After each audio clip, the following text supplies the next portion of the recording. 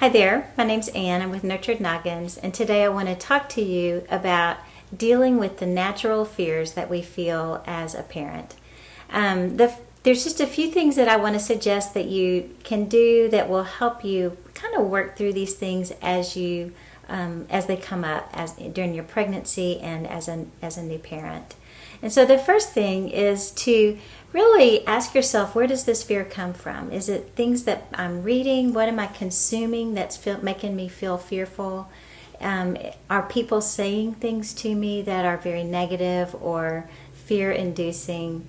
And just look at where these ideas come from and how can you manage that. One thing is you can stop Googling every question that comes to your mind and looking at all of the different answers for those questions. Another thing is when people begin to go that direction with their comments to you, then just please stop. I don't want to think about that. I'd really rather think about the positive and good things about what can happen and what will happen with myself and with my baby. And so just take control of what you're consuming and what you are listening to, and that might help a little bit.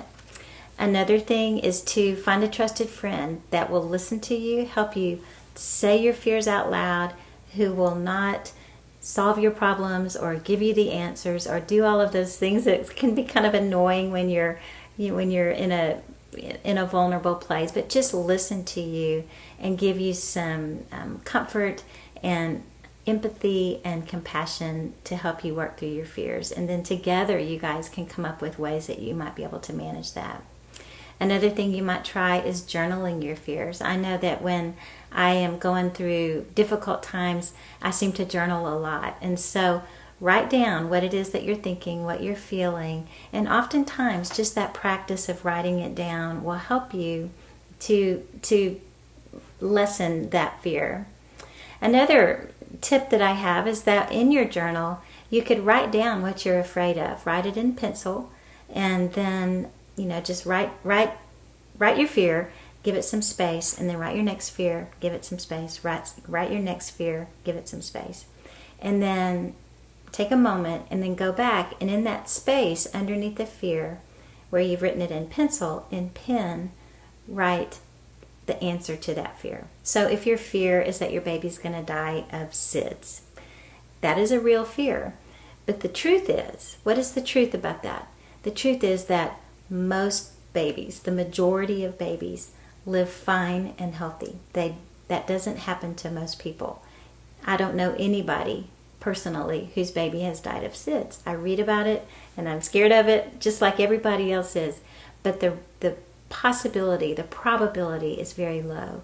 And so write that down. Write the answer to your fear in ink for every fear, and then go back and erase that fear, so that all you have left in your journal is the good, positive response to that fear, and then focus on those things. So that's one way that you might be able to manage it. And then the last thing I'd like to suggest is just that you really make sure that you're taking care of yourself. Getting enough sleep, drinking enough water, eating the right foods, getting your body out there and moving it every day, doing an exercise video or a walk or just whatever it is that you want to do. And I think yoga videos are a great thing for us to do, especially now during the pandemic. And so just take care of yourself. Make sure that you are fed and nourished and rested, and that really will help your positive, your thoughts to be more positive and to help the fears not take over. And so I find that oftentimes it's when I'm really tired, especially in the middle of the night. That's when my fears are the most prevalent, just like most people. And so figuring out ways to really help myself get through the night without waking up is oftentimes a good antidote to the fearful thoughts that I feel. So I hope that helps, and I hope that you'll take a look at Nurtured Noggins. We've got lots of tips and information for expectant and new parents, parents of young children. And if you are expecting a baby, we've got a really neat little mini course for you. It's on how to give your newborn baby a bath. Even if your baby's born already, you might be interested in this because there's a section on baby massage, infant massage after the bath, and I think that you might enjoy that time with your little one. even if they're a little bit older than a newborn.